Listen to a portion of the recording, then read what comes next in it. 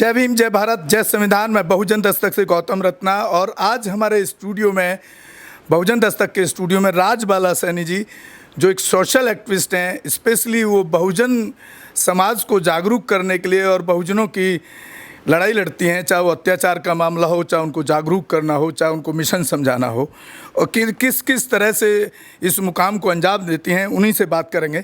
बहुत बहुत स्वागत है आपका राजबाला सैनी जी हमारे स्टूडियो में। आपका आप जो ये काम कर रही हैं किस तरह से कर पा रही हैं? जय भारत, जय संविधान, जय भीम, नमो बुद्धाय। और मैं आपका बहुत बहुत धन्यवाद करती हूँ कि देखिए, मैं पहले एक शिक्षिका थी और शिक्षिका जब कोई होती है तो उसको जो है अपने समाज को जागरूक करना पड़ता है, बच्चों को जागरूक करना पड़ता है। अगर कहीं भी शिक्षा के स्तर में गिरावट होती है तो वो एक चिंता का विषय हो जाता है। तो हमें सोचना समझना पड़ता है कि ये गिरावट शिक्षा के स्तर में क्यों आ रहा है। बस उसी को खोजबीन करती करती जो है मैं जो है एक दूसरे पहलू की तरफ जो है आके खड़ी हो गई कि हमारे यहाँ सामाजिक चेतना और हमारे पूर्वजों ने जिन्होंने इतिहास बनाया, इस भारत को शिक्षा दी है या हमारे लोगों को जो है हक अधिकार दिलवाए हैं, उनका कहीं भी नामो निशान जो है किसी किताब में, किसी स्कूल में, किसी कॉलेज में मुझे कभी दिखाई नहीं पड़ा। तो मुझे बहुत ही चिंता का विषय ये लगा कि बच्चे पढ़ाने से पहले मुझे कहीं ना कहीं इनके माँ बाप को भी जागरूक करना पड़ेगा और साथ साथ जो नेता जो हमारे समाज को लीड करते हैं वो भी कहीं ना कहीं पथभ्रष्ट हैं, जिसकी वजह से शिक्षा का स्तर भी गिरता चला जा रहा है। महिलाओं की जो है आपने देखा होगा कि बहुत अपराध जो है बढ़ते चले जा रहे हैं। तो मुझे ये लगा कि मुझे अपनी सरकारी नौकरी को छोड़कर सबसे पहले इनके माँ बाप को जो है सही दिशा में लाना पड़ेगा, अपने नेताओं को, सामाजिक संगठनों को जो है ना सही दिशा जो है इनको दिखानी पड़ेगी। नहीं तो हमारे देश को दोबारा से गुलाम होने में चंद ही साल और लगने हैं। देखिए साथियों, बहुत बहुत मैं धन्यवाद करता हूं उनका कि एक सरकारी नौकरी जिसमें वो बड़े ऐशो आराम से अपनी ज़िंदगी को, अपने परिवार को चला सकती थी, उस नौकरी को उन्होंने लात मार करके समाज के लिए काम करना चुना, जो वंचितों के लिए काम करना चुना। तो ये बहुत बड़ी बात है। इस तरह की कुर्बानी देने वाले शख्सियत आपको बहुत कम मिलेंगी और बाकी और मुद्दों पर बात करेंगे।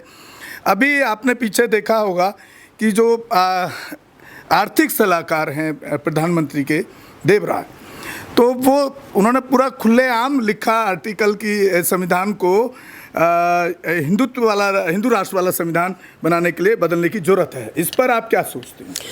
देखिए, जब बाबा साहब ने संविधान जो है बनाया तब भी उनकी चिंता थी कि मैंने अपने लोगों का हक अधिकार तो संविधान में लिख दिया है, लेकिन जो इनको लागू करेंगे उसकी नीयत जो है इनको हक अधिकार देने की भी है या नहीं है। तो वो चिंता का विषय उनका तब भी बना हुआ था। और आज हमें दिख रहा है जो सरेआम ये जो है हमारे संविधान को चेंज कर रहे हैं, जो धीरे धीरे बदलाव कर रहे हैं और अब तो पूरा ही संविधान चेंज करने की ये बात कह रहे हैं। तो ऐसा कौन सा डर इस संविधान के अंतर्गत है कि जो इस संविधान को ये बदलते हैं? तो मैंने जब देखा काशीराम जी का, जो हमने समझाया था काशीराम जी ने, कि 4 वर्णीय व्यवस्था जो है इस देश में लागू करी है।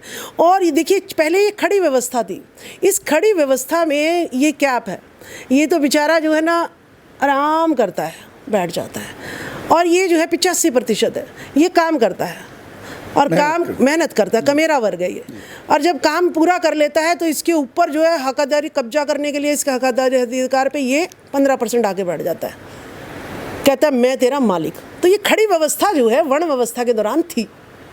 संविधान आते ही अब खड़ी व्यवस्था में जो सबसे ऊपर है वो सारे रौब झाड़ेगा। यहाँ ब्राह्मण है, यहाँ क्षत्रिय है, फिर वैश्य है तीसरा, और चौथे में शूद्र। हम सारे SC ST OBC माइनॉरिटी शूद्र में आते हैं। हम 85% जो है क्या करने हैं, सेवा के लिए बने हैं। बाबा साहब ने क्या किया, इस खड़ी व्यवस्था को ये लिटा दिया, सारे बराबर। पहले कहते थे ये लोग हमारे सामने चप्पल पहन के नहीं निकलोगे, हमारे कुएं से पानी नहीं पियोगे, आपकी महिलाएं जो हैं तन नहीं ढक सकती हैं, महिलाओं को शिक्षा का अधिकार नहीं है, शादी के बाद जो है 3 दिन कहीं और रहेंगी, देवदासी प्रथा जो है ना, या जो है आपके भगवान को के अर्पित जो है सुंदर लड़कियों को रखेंगे। जैसे ही संविधान बना सब बराबर हो गए। चिंता का विषय, भाई शूद्रों के साथ हमें बैठना पड़ रहा है। इनकी महिलाओं को जो है ना तन ढकने के लिए अधिकार देना पड़ रहा है, और तो और इन्हें शिक्षा का अधिकार देना पड़ रहा है, रोजगार का अधिकार देना पड़ रहा है, और तो और ये सीएम, एमएलए, एमपी और अब पीएम की भी दावेदारी कर रहे हैं। तो बताइए कितना जो है इस व्यवस्था ने, इस संविधान ने इनकी सारी की सारी जो राजदारी थी वो सब जो है बराबरी में कर ला दी। तो ये इनके चिंता का विषय संविधान बना तब से ही है, और इसीलिए आज जो है मोदी सरकार को ये लग रहा है कि भाई हमें 10 साल से हम राज करते करते हो गए हैं और अब हमने जो है पूरा इन पे कब्जा कर लिया है, तो अब संविधान को ख़त्म करके हिंदू राष्ट्र बना दें। लेकिन मैं आपको एक बात बताना चाहूँगी, हजारों साल से इनके पुरखे कोशिश कर रहे हैं, आज तक तो हिंदू राष्ट्र बना नहीं, तो अब क्या बनेगा? ठीक है, अब तो संविधान को आप चाहे बदल दो, लेकिन हमारे दिमाग में जो सेट हो गया है उसको कहाँ से बदलोगे? हम जो है मिशन कैडराइज्ड लोग जो है सरकारी नौकरी छोड़ कहते हैं ना आरक्षण ने देश खराब कर दिया। अरे रखो अपना आरक्षण, रखो अपनी सरकारी नौकरी। हम सरकारी नौकरी छोड़कर संविधान को जब दिमाग में सेट कर देंगे तो कहाँ से चेंज कर दोगे आप? राजबाला सैनी जी, मैं आपके काफ़ी वीडियोस वगैरह मैं देखता रहता हूं, और आप जिस तरह से समाज के लिए काम कर रही हैं बहुत ही मतलब साधुवाद है, आपको काबिल तारीफ़ है। और आप ऐसे ऐसे कुछ काम करती हैं जो बड़े अलग हटके हैं और समाज में एक संदेश देते हैं। जैसे कि आपने जंतर मंतर पे, क्योंकि जंतर मंतर देश का एक ऐसा जगह है जहाँ पर पूरे देश से एक मैसेज जाता है पूरे देश के लिए, वहाँ पर आपने फूलन देवी की जयंती मनाने का काम किया। तो इसके पीछे क्या कारण है कि आपने जंतर मंतर को ही क्यों चुना और फूलन देवी को ही क्यों चुना उनकी जयंती मनाने के लिए? देखिए, मैं स्कूल में अध्यापिका थी तब निर्भया कांड हुआ था। तो निर्भया कांड जब हुआ तो जो है ना हमारे एक स्टाफ सेक्रेटरी थे, वो कहने लगे कि प्रेयर में कि उसकी शांति के लिए हम जो है पाठ करते हैं। मुझे ऐसा लगा कि एक लड़की के साथ इतनी बुरी तरीके से निर्ममता से जो है उसके साथ दुष्कर्म हुआ, गैंगरेप हुआ, हाँ, उसके प्राइवेट पार्ट्स में रॉड डाल दी गई और उसकी जो है ना कुछ दिनों बाद मृत्यु हो जाती है, और हम बस शांति से खड़े होकर और कह देते हैं कि उसकी आत्मा को शांति मिल जाए। कैसे शांति मिल सकती है उसकी आत्मा को? उसके घर वालों को कैसे शांति मिल सकती है? एक बच्चे को पैदा करना माँ के लिए नया जन्म होता है, और फिर जब जवान करना उसको, और फिर इतनी बुरी हालातों में कि देश कांप गया था उस टाइम। दिल्ली की राजधानी में सड़कों पे लोग उतर आए थे। तो ऐसे में ये कहना आत्मा को शांति मिल जाए, तो मतलब आप कुछ मान ही नहीं रहे हो औरत को। उसके बाद मनीषा वाल्मीकि कांड आता है, उसके बाद आपका दिल्ली कैंट में जो है छोटी सी बच्ची को उसके साथ बलात्कार करके उसको पे तेल छिड़क के अर्धजले अवस्था में माँ बाप लेते हैं। मैडम, यहाँ थोड़ा सा मेरा एक सवाल बीच में आ गया, क्योंकि आपने बहुत अच्छा एक मनीषा को जो याद किया, तो एक अच्छा बड़ा मतलब बहुत दर्द भरा सवाल मैं आपसे कर रहा हूँ। निर्भया कांड में तो चारों जो कल्पित थे, जो उनको फांसी मिल गई, कोर्ट ने फांसी दे दिया, न्याय मिल गया एक तरीके से, ये कह सकते हैं आप, है ना। जो इंसान चला गया वो वापस तो नहीं आ सकता। लेकिन जो मनीषा वाला कांड है, क्योंकि वो जनरल कास्ट की लड़की थी और मनीषा एक शेड्यूल कास्ट समाज से थी, वाल्मीकि समाज से, अगर हम जाति की तुलना करें तो उसको मैं समझता हूँ कि आज तक भी उसको न्याय नहीं मिला। क्योंकि एक आदमी को उन्होंने उम्र कैद दिया, एक लड़के को, बाकी 3 को कोर्ट ने बाइज्जत बरी किया। जबकि उसका स्टेटमेंट था हॉस्पिटल के अंदर, लास्ट स्टेटमेंट एसडीएम के सामने, उसने सारी कहानी बयां की और चारों उसमें कल्पित होने चाहिए थे, लेकिन कोर्ट ने उनको 3 को बरी कर दिया। किस तरह से आप इसको अगर कंपैरिजन करेंगी तो कैसे करेंगी इन दोनों तीनों केसेस? देखिए, मैंने आपको पहले भी बताया है कि ये जो है वर्ण व्यवस्था बनाई हुई है, और शूद्रों का काम क्या है? शूद्रों का काम है सिर्फ सेवा करना, चाहे वो उनकी औरतें सेवा करें, ठीक है, और वो तो सेवा के लिए बनी हुई है हम लोग तो चाहे ये हमारा बलात्कार करें, गैंगरेप करें, उसको ये अपराध नहीं मानते हैं।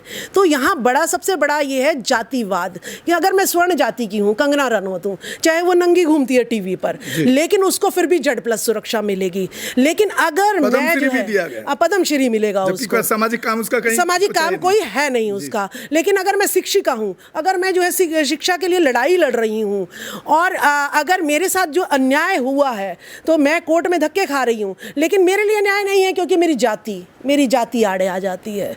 तो ये जाति जो है, जाति नहीं है ना, बाबा साहब अम्बेडकर के टाइम पे गई थी ना अब गई है। तो मनीषा वाल्मीकि जो है उसकी जाति देखिए ना आप, जब जाति ही वो तो इनके दुष्कर्म के लिए बनी हुई है ना हम लोग तो इसीलिए उसको न्याय नहीं मिला। हमारे चैनल बहुजन दस्तक को लाइक, शेयर, सब्सक्राइब देखना मत भूलिएगा। जय भीम, जय भारत, जय संविधान, नमो बुद्धाय। धन्यवाद। चैनल आर्थिक समस्या से गुजर रहा है।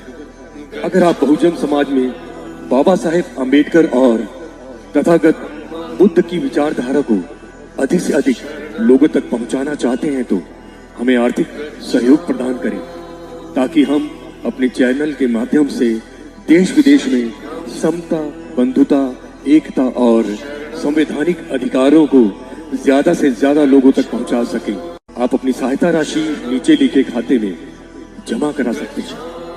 खाता धारक गौतम रत्ना, खाता संख्या 316957686551, IFSC कोड SBIN 0060336, बैंक भारतीय स्टेट बैंक।